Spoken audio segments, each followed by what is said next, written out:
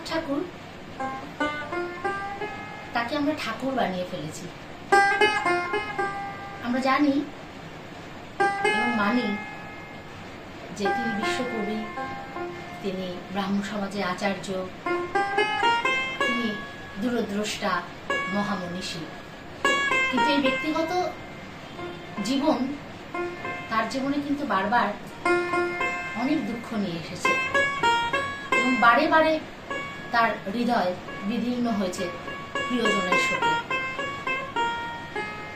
মা, তার বৌদি, তার মেয়েরা প্রত্যেকে আস্তে আস্তে তাকে ছেড়ে চলে যাচ্ছিলেন। তাই ছেড়ে যাওয়ার দুঃখ যন্ত্রণা পেতে পেতে একসময় যখন তার ছোট ছেলে, আমরা সকলে জানি যে সমী ঠাকুর তার অত্যন্ত প্রিয় ছিলেন, সমী ঠাকুরকে দাহ করে যখন রবীন্দ্রনাথ ট্রেনে ফিরছেন, আমরা সকলে জানি যে তিনিও অকালে মারা গেছেন।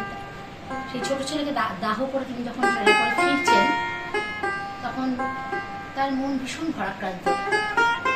একজন বাবা হিসেবে তার সব থেকে আদরের সন্তানটি তাকে ছেড়ে চলে গেছে অকালে, এবং খুবই ছোটখাটো একটা রোগে। এখনকার সময় হলে হয়তো কেন তিনি বেঁচেই থাকতেন।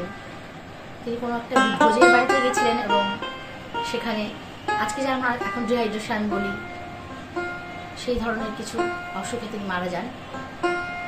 তো কবি যখন ফিরছেন, তো ট্রেনে তিনি ঘুমাতে পারছেন না, ট্রেন ছুটে চলেছে দ্রুত বেগে। জানলা দিয়ে কবি দেখলেন যে সমস্ত চরাচর জ্যোৎস্নায় প্লাবিত, এবং ভাবলেন যে আজকে আমার মনে যে এত দুঃখ, আমার মনের প্রতিটি কোণে যে অন্ধকার, কই এই জগতে, এই প্রকৃতিতে তার তো কোনো ছাপ নেই। সারা পৃথিবী জ্যোৎস্নায় আলোকিত হয়ে ভেসে যাচ্ছে, কোথাও কোনো ফাঁক নেই, নেই কোনো শূন্যতা। আর এই বোধ থেকেই তার একটি গান বেরিয়ে এসেছিল সেদিন, আজ জ্যোৎস্না রাতে সবাই গেছে বনে।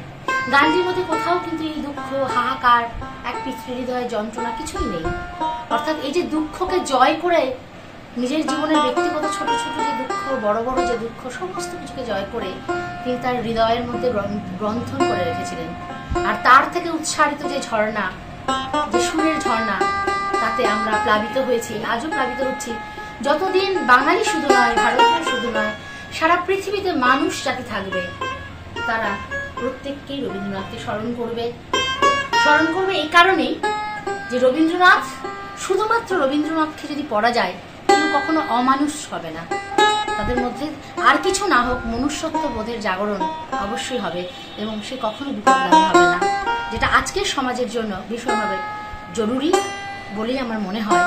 বিশেষভাবে আমি তরুণ প্রজন্ম এবং একদম ছোটদের বলবো যে তোমরা যেভাবে পারো রবীন্দ্রনাথ পড়ো। তার ছড়া, তার কাব্য, তার ছোট গল্প, যেভাবে ভ্রমণ কাহিনী, পত্র সাহিত্য, তার আঁকা, রবীন্দ্রনাথের অসংখ্য যে প্রতিভার স্বাক্ষর আমাদের সামনে এসেছে, তার কিছুমাত্র যদি আমরা পেতে পারি, আমরা কোনোদিন অমানুষ হব না, আমরা প্রত্যেকেই মানুষ হয়ে উঠব। এবার আমার নিবেদন সেই গানটি।